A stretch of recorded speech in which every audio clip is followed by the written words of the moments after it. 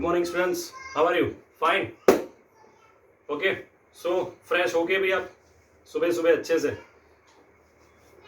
Sir सुबह सुबह थोड़ी करते हैं हम, सब लोग थोड़ी सुबह वीडियो देखते हैं ना। कोई बात नहीं, जब भी वीडियो देखे कैलकुलेटर ले लो सबसे पहले, अच्छा सा कैलकुलेटर लेना, ओके। क्योंकि मैं यहाँ पे सब कुछ लिखने वाला हूँ, आपको सॉल्व करके जल्दी जल्दी आंसर बोलना है, तो मैं यहाँ पे डायरेक्ट आंसर लिखूँ जल्दी से, सब कुछ सॉल्व करने के बाद, ठीक है। तो अच्छे वाले न्यूमेरिकल करने वाले हैं, रेडी? बहुत अच्छे। लेकिन वन मोर टाइम, अगर फॉर्मूला याद रहेगी तभी आपको न्यूमेरिकल्स आएंगे। फिजिक्स में एक चीज याद रखो, किसी भी चैप्टर में, अभी तो ये 11th है, 12th में तो बहुत सारे होंगे, इसके से भी ज्यादा होंगे। एक सिंपल चीज याद रखो, आपको सब कुछ दिया है, सब डेटा दिया है, लेकिन आपको फॉर्मूला ये याद नहीं है, तो आप कैसे सॉल्व कर सकते हैं, है ना? तो आपको फॉर्मूला याद रखनी है कि भाई चलो भाई बर्नौली की ये फॉर्मूला है, ये फॉर्मूला है, डायरेक्ट वैल्यू पुट आउट करो तो आंसर मिल जाएगा। विस्कोसिटी की ये फॉर्मूला है, ओके। स्टोक्स लॉ की ये फॉर्मूला, अगर आपको फॉर्मूला याद रहेगी तो आप वैल्यू पुट करके वैल्यू करेंगे ना। आपको फॉर्मूला याद नहीं है तो आप फिर सर न्यूमेरिकल में प्रॉब्लम हो रहा है, न्यूमेरिकल में प्रॉब्लम हो रहा है, ओके। तो उसमें सिर्फ एक ही चीज है, स्टेटमेंट देखने के बाद सोचना बंद करो यार इसमें क्या करेंगे, डोंट डू इट। स्टेटमेंट देखने के बाद सबसे पहले डेटा लिखो, क्या जो आपको डेटा दिया ना वो लिख दो, और जो फाइंड आउट करना है वो लिख दो। आप वो देखेंगे ना, फिर आपको पता चलेगा कि अच्छा मुझे ईटा चाहिए, तो ईटा के लिए सिर्फ 2 या 3 ही फॉर्मूला है, एक विस्कोसिटी की वाली और दूसरी है स्टोक्स लॉ, उन दोनों में ही ईटा आता है, बाकी किसी में नहीं आता है। तो आपको ये पता चलेगा कि ये दोनों में से एक यूज होगा। अगर आप स्टेटमेंट रीड करके सोच लेंगे इसमें कौन सी फॉर्मूला करें, तो नहीं आएगा भैया, कभी भी नहीं आएगा। तो डोंट डू इट, अंडरस्टैंड? ठीक है, चलो आगे कर रहे हैं अभी।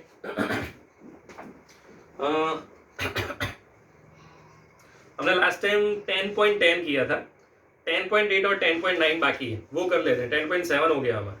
और one more thing, text book में जो भी न्यूमेरिकल दिए है ना उसको मत फॉलो करना, सिर्फ स्टेटमेंट उसका देखना है, ओके। सिर्फ स्टेटमेंट उसका देखना है, अदरवाइज मेथड मैं जो करवा रहा हूँ वही करना, वरना टेक्स्ट बुक में 50% न्यूमेरिकल में कुछ पता नहीं चलेगा आपको, इसलिए बोल रहा हूँ, ठीक है। चलो अभी स्टार्ट कर रहे हैं।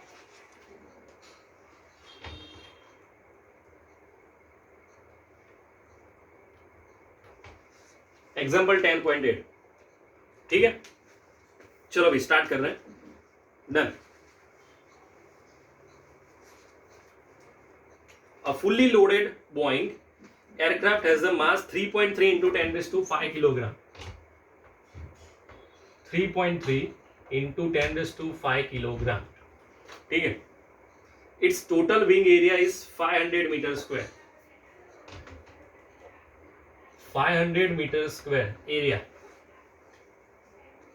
It is in level flight with a speed of 960 km per hour.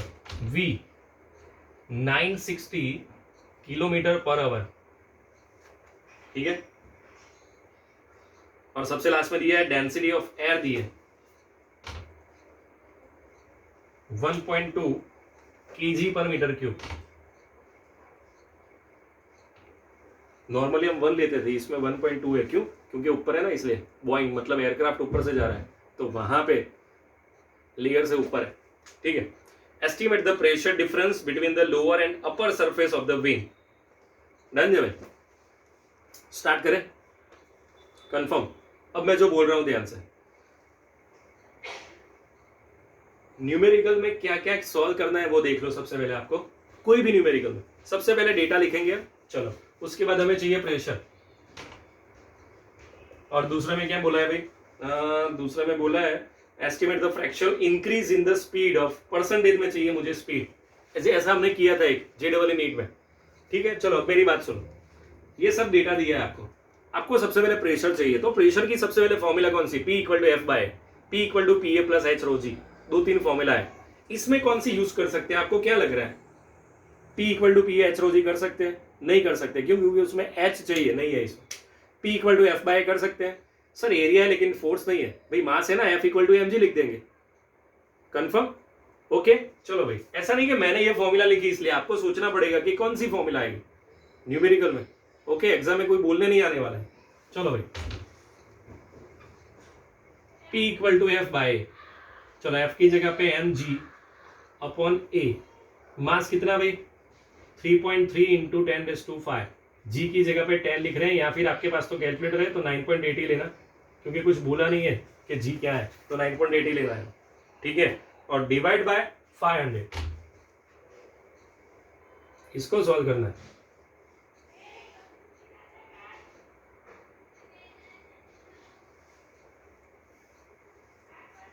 यहाँ पे 5, 3.3 into 10⁵ into 9.8 divide by 500। Yes भाई, देखो क्या आ रहा है आंसर, टेक्स्ट में भी तो है मेरे सामने, लेकिन आपका आंसर क्या आ रहा है कैलकुलेटर में?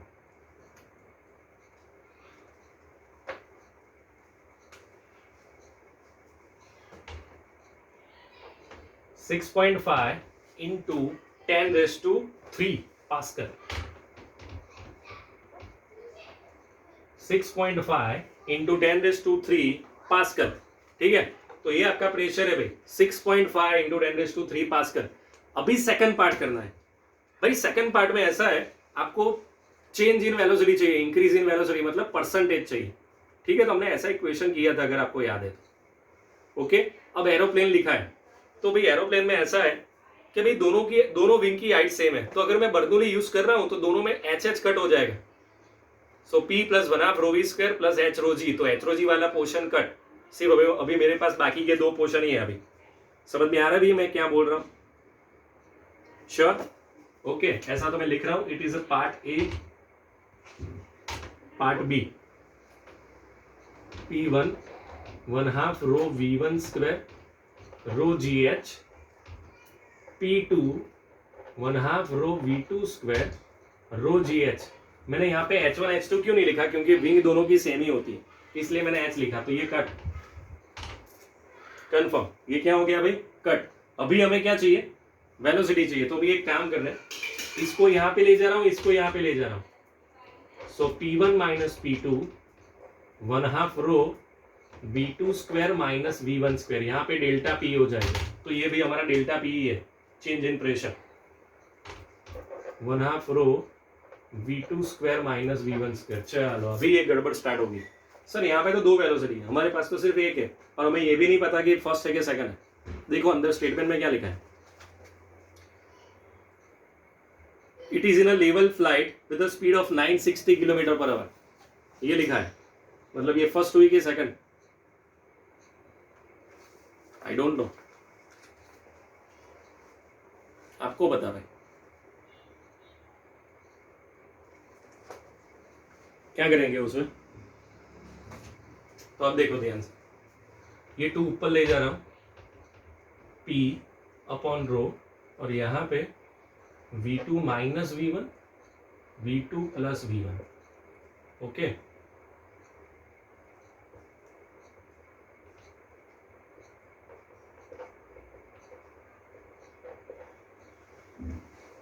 चलो यहां तक किसी को कोई डाउट? सर यहाँ पे V2 प्लस V1 था और नीचे गया तो V1 प्लस V2 हो गया, ऐसा कैसे हो गया? अरे भाई कुछ नहीं है, A प्लस B और B प्लस A दोनों सेम ही होता है। ओके, अब ये अपॉन का अपॉन नीचे में ले सकता हूँ, तो मैंने ये 2 को यहाँ पे ले लिया, तो अपॉन का अपॉन ऊपर, मतलब एक ही चीज हुई यहाँ पे, ठीक है। और ये क्या है भाई आपका? रो। सो V1 प्लस V2 अपॉन 2, वो क्या है मेरा? V average. और ये जो वेलोसिटी दी है ना, वो मेरी V एवरेज ही है भाई, कोई 1 2 की वाली नहीं है। समझ में आ रहा है भाई? ओके, तो ये ध्यान रखना आप लोग। चलो, so we have a final answer V2 minus V1 P rho V average. हमें परसेंटेज में चाहिए आंसर, तो मुझे V एवरेज से डिवाइड करना पड़ेगा। P रो V एवरेज का स्क्वायर। अभी इसको सॉल्व करना है। P upon rho into V average square. P मतलब प्रेशर, कितना मिला? 6.5 इंटू 10⁻³ रो मतलब डेंसिटी 1.2, और V एवरेज कितना है? 960। भाई 960 गलती से नहीं मत लेना, किलोमीटर पर आवर में कन्वर्ट करना पड़ेगा।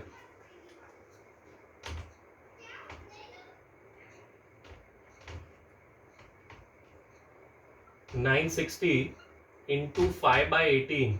अभी इसको सॉल्व करना है आपको कैलकुलेटर में। फ्रैक्शन में होगा तो भी चलेगा, या फिर डायरेक्ट आपके पास आंसर है तो भी चलेगा। ये आपका फाइनल V एवरेज हुआ। Okay, it's a V average.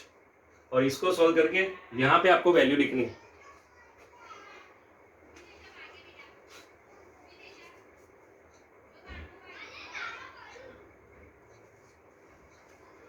चलो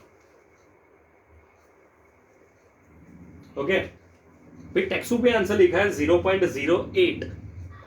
अगर आपका आंसर आ रहा है 0.078 तो भी चलेगा, इंटू परसेंटेज में, इंटू 100 चाहिए हमें, इंटू 100, क्योंकि आंसर परसेंटेज में चाहिए। तो अगर आपका आंसर है 0.078 इंटू 100, सो फाइनल आंसर 7.8%। टेक्सू में क्या है 8%, तो एक ही हुआ ना भाई। ओके, तो ये ध्यान से करना, P upon rho into V average square, it's a final answer. ठीक है, कंफर्म, श्योर, लॉक किया जाए। जल्दी से लिख दो भाई, ये सब मैंने पूरी मेथड से लिखा है, यहाँ पे सब कुछ टेक्स्ट बुक में पूरी मेथड नहीं लिखी है, तो आप लोग ये सब ध्यान रखना भाई, है ना। कंफर्म, देख लो, जल्दी से लिख दो और आंसर देखो मुझे जल्दी क्या आ रहा है, जल्दी कि भाई आ रहा है ना, मैच हो रहा है ना हमारा answer. Fast fast fast fast, जल्दी जल्दी।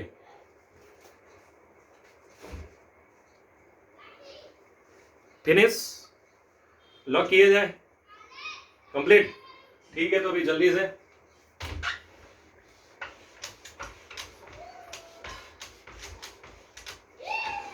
जल्दी। ओके, तो नेक्स्ट क्वेश्चन, अभी इसके बाद वाला नेक्स्ट क्वेश्चन कर रहे हैं हम, एग्जाम्पल। ओके, वो भी बहुत अच्छा है।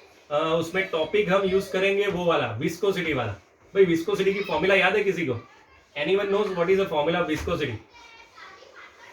जल्दी, किसी को पता है भाई विस्कोसिटी की फॉर्मूला क्या थी? F proportional to viscous force, F equal to eta A dV by dx, eta A dV by dx, जो आपको याद हो तो। याद है? नो सर, कोई बात नहीं, फॉर्मूला याद रखो वरना प्रॉब्लम होगा। चलो भाई जल्दी से, एग्जाम्पल 10.9, सबसे पहले डेटा और उसके बाद डेरिवेशन। भाई जल्दी से, मैंने बोला उस हिसाब से सबसे पहले डेटा लिखना है, फिर हमें ये चेक करना है कि सब एमकेएस में है कि नहीं। सो एग्जाम्पल 10.9, ओके, वो हम ये चेक करेंगे कि भाई वो एमकेएस में है कि नहीं। चलो, a metal block of area 0.10 metre square, mass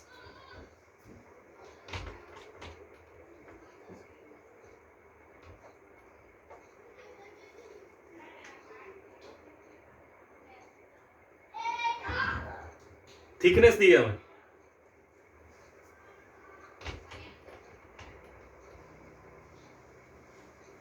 0.30 millimetre, और स्पीड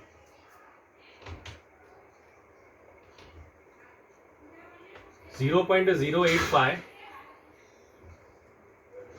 मीटर पर सेकंड। चलो भाई, हमें चाहिए कोएफिशिएंट ऑफ विस्कोसिटी, ईटा चाहिए, ईटा। ओके, ईटा चाहिए भाई, कैसे करेंगे सॉल्व? Which formula? हमारे पास तो है नहीं कोई फॉर्मूला, बोलो कौन सी फॉर्मूला यूज कर सकते हैं? सोचो बस, जो अभी हमें मैंने बोली वही भैया, कोई और फॉर्मूला कोई नहीं आएगी, अभी जो मैंने बोली वही फॉर्मूला। F इक्वल टू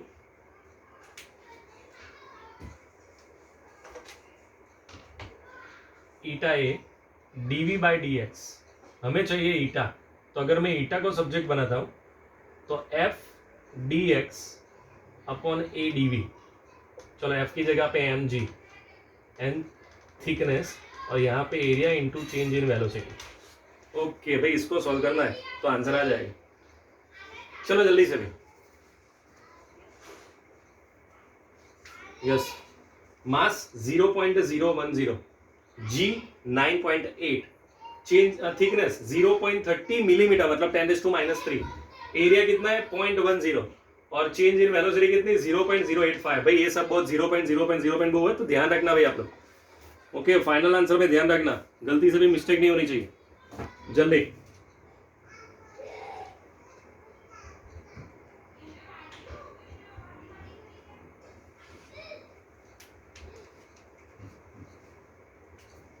जल्दी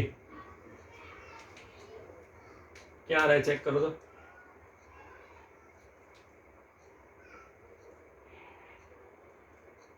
zero 0.010 into 9.8 into 0.3 into 10⁻³ area कितना 0.10 और वेलोसिटी कितनी 0.085। भाई इसको सॉल्व करना है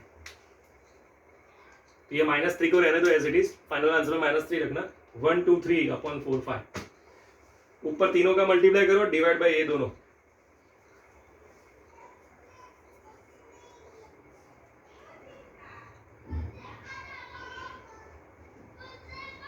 जल्दी कंफर्म भाई, कोई डाउट नहीं है? ठीक है भाई, तो हमारा ये दोनों न्यूमेरिकल हो गया भाई 10.9 10.10 दोनों के दोनों हो गए अच्छे से और आपको समझ में आ गया। श्योर, लॉक किया जाए। ठीक है, चलो भाई नेक्स्ट 10.10 कंप्लीट, 10.11 डिलीटेड पोर्शन। उसके बाद 2-3 टॉपिक है लेकिन वो अभी हम नहीं करने वाले, आज सिर्फ न्यूमेरिकल करेंगे। ठीक है, एक्सरसाइज क्वेश्चन नंबर 1 भाई, एक्सरसाइज में सिर्फ 2 क्वेश्चन डिलीटेड में है जो रेगुलर है उसमें, है ना। डन। तो चलो भाई, सबसे पहले उसमें एक 13 नंबर का डिलीटेड है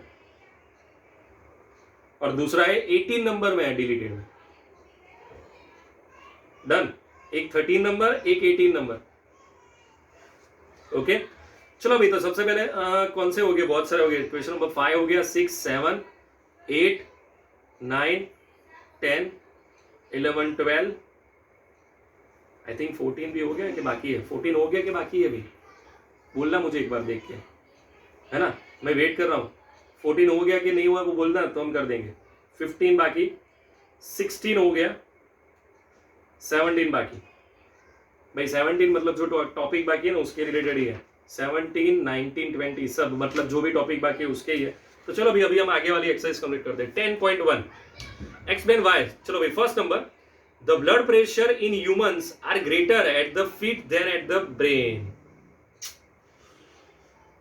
भाई ये लॉजिकल क्वेश्चन है भाई, ऐसा नहीं कि सिर्फ बायोलॉजी को ही आएगा, फिजिक्स का क्वेश्चन है। The blood pressure in the human is greater at the feet. भाई पैर में ब्लड प्रेशर ज्यादा होता है ब्रेन के कंपेयर में, because of height and pressure it depends on the height, P = H ρg।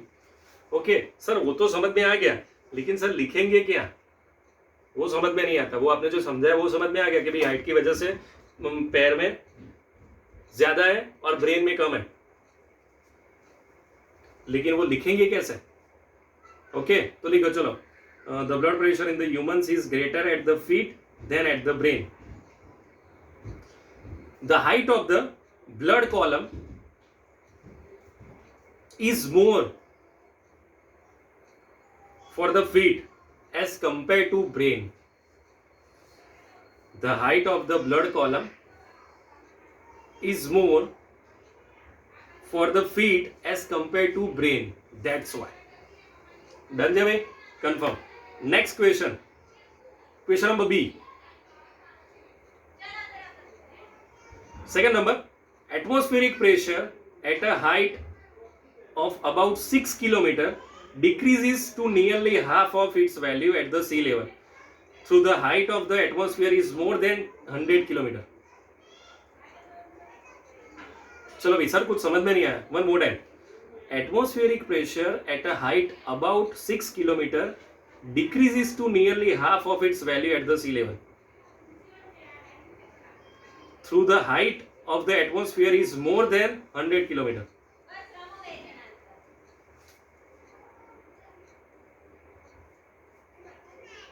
6 kilometre पे 6 किलोमीटर पे अगर हम जाएंगे तो वो हाफ हो जाता है। क्या हो जाता है भी? उसकी डेंसिटी, उसका प्रेशर हाफ हो जाता है, नियरली हाफ हो जाता है अगर हम 100 किलोमीटर में जाएंगे उस कंपेयर में। तो उसमें ऐसा है भाई कि भाई हम जितने ज्यादा ऊपर जाएंगे ना उतना उसमें फिक्स नहीं है, इट्स नॉट लीनियर। ओके, वो लीनियर नहीं है। सपोज हम जितने ऊपर जाएंगे ना उसमें एयर क्वांटिटी इतनी लीनियर नहीं है। जितने भी ऊपर, जितने ज्यादा ऊपर जाएंगे, अगर मैं 6 किलोमीटर पे हूं तो थोड़ी एयर मिलेगी, 100 किलोमीटर में तो उतनी एयर नहीं मिलेगी जितनी 6 किलोमीटर में मिल रही। ओके, वहां पे क्या होगा, स्पेस होगा। स्पेस मतलब समझ में आ रहा ना मैं क्या बोल रहा हूँ? उसमें वो carbon dioxide, CO2, okay, NO, carbon dioxide, वो सब इन शॉर्ट नहीं होगा, नाइट्रोजन ऑक्साइड, वो सब। ठीक है, तो लिखो भाई आप लोग, the variation of air density with increase in height is not linear. The variation of air density with height is not linear. Done J भाई, कंफर्म? ओके भाई, जिसको लिखना है वो लिखते रहना आप लोग, फिर बाद में पूछना नहीं कि सर इसमें क्या आएगा, इसमें क्या आएगा। ये सब थियोरेटिकल बेस है, मतलब इसमें कोई न्यूमेरिकल कोई फॉर्मूला यूज नहीं करनी है। सी ABC का C। Okay, hydrostatic pressure in a scalar quantity even through pressure is force divided by area। हाँ, हाइड्रोस्टैटिक प्रेशर है ना, वो भी स्केलर क्वांटिटी है, लेकिन प्रेशर की फॉर्मूला है फोर्स बाय एरिया, तो फिर ऐसा क्यों? बोलो, तो स्केलर क्वांटिटी क्यों है भाई, वेक्टर क्यों नहीं है भाई? हाइड्रोस्टैटिक प्रेशर है ना, वो लिक्विड के ऊपर ज्यादा लिक्विड के ऊपर ही लगता है, तभी तो उसका नाम रखा ना हाइड्रोस्टैटिक प्रेशर। अगर सिर्फ प्रेशर होता था P = F बाय, लेकिन hydrostatic pressure P = PA + H-ρg, it's hydrostatic pressure. तो लिक्विड के ऊपर ऐसा है कि जो प्रेशर है ना, वो सब जगह पे डिवाइड हो जाता है, पूरे के पूरे पोर्शन में सब जगह पे डिवाइड हो जाता है उसकी वजह से। Okay, so write down, in a liquid pressure is transmitted equally in all direction. In a liquid, pressure is transmitted or distributed equally in all the direction.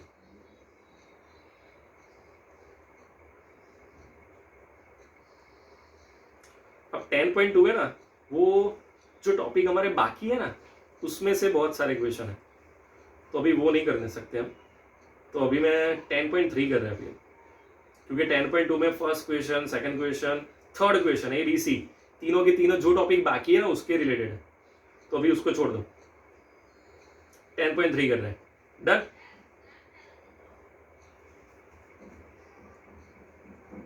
Done, चलो भाई जल्दी, यहां तक हो गया आपका? श्योर? लॉक किया जाए? Okay, 10.3, fill in the blanks using the words. Okay, first question, surface tension of liquid generally dash with temperature, increase हो रहा है या decrease हो रहा है? ये भी टॉपिक बाकी है, लेकिन उसकी फॉर्मूला मैं यहाँ पे लिख रहा हूँ तो आपको समझ में आए। Surface tension W = T delta है, और T टेंशन की जगह पे फोर्स बाय लेंथ, ये फॉर्मूला यूज, उसमें ये जो T है ना वो सरफेस टेंशन है, ये जो T है वो क्या है भाई, सरफेस टेंशन। तो अभी क्या यूज कर सकते हैं? Done, surface tension of a liquid generally decreases with temperature. क्यों? Because surface tension is not depend on temperature, उसकी वजह से डिक्रीज हो रहा है। Done J, so your final answer is decreases. Next one, viscosity of gas dash with temperature, whereas viscosity of liquid dash with temperature। उसमें उल्टा exactly, viscosity of gas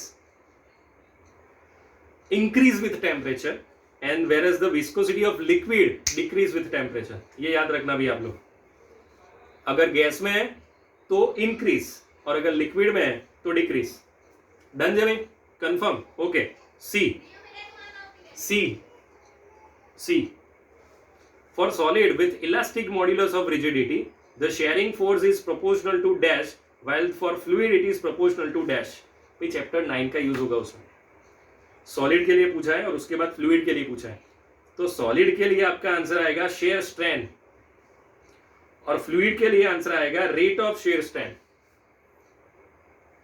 done, ये सब फॉर्मूला है, चैप्टर 9 होगा ना आपका फॉर्मूला के साथ, तब बिकॉज ज्यादा समझ में आएगा। भाई मैंने भी आपको फॉर्मूला लिस्ट दी हुई है, वो सब यूज करना आपके लिए। डन, ध्यान रखना अभी। Okay, Delhi, for a fluid in a steady flow, the increase in flow speed at a constriction follow the okay for a fluid in a steady flow the increase in flow speed at a construction flows follows क्या करेगा भाई सबसे पहले क्या करेगा क्या follow करेगा बर्नूली follow करेगा या कंजर्वेशन ऑफ मास फॉलो करेगा सबसे पहले कंजर्वेशन ऑफ मास फॉलो करेगा उसके बाद बर्नूली प्रिंसिपल फॉलो करेगा done and the last one E for इमली सर आई फॉर इमली होता है मुझे पता है अभी दूसरा कोई ऑप्शन नहीं मिल रहा है इसलिए E for the model of a plane in a wind tunnel turbulence occurs at a dash speed for the turbulence for a acute plane greater भाई इसमें ग्रेटर क्यों आया सर इसमें ग्रेटर क्यों आया भाई इसमें एक टॉपिक है सबसे लास्ट वाला टॉपिक उसमें हमें एंगल दिया है acute right angle and obtuse उसके लिए थोड़ा पूरा पोर्शन है तो नेक्स्ट लेक्चर में हम जो 3 थियरी बाकी है ना वही करने वाले हैं तो आपको जो इन दोनों क्वेश्चन में एक दो क्वेश्चन में अगर कोई डाउट हो ना तो वो क्लियर हो जाए सबसे पहले कौन सा ये वाला ये फॉर्मूला याद रखना नेक्स्ट टाइम यही करने वाले हैं W equal to T delta है T equal to F by N दूसरी बबल एंड ड्रॉप्स ओके वो करते थे ना पानी में करके वो सब यूज होगा उसके अंदर कॉन्सेप्ट में और लास्ट वन ये एक्यूट वाला एक्यूट एंड ऑब्ट्यूस वाला डन ये कंफर्म तो आज इतना रख रहे हैं 10.1 10.3 और बाकी के 2 क्वेश्चन मुझे ये वाला बोलना भाई 10.14 हुआ कि नहीं हुआ है अगर नहीं हुआ है तो हम कर देंगे उसमें ठीक है चलो तो फिर आज इतना रख रहे हैं understand see you in the next lecture okay bye bye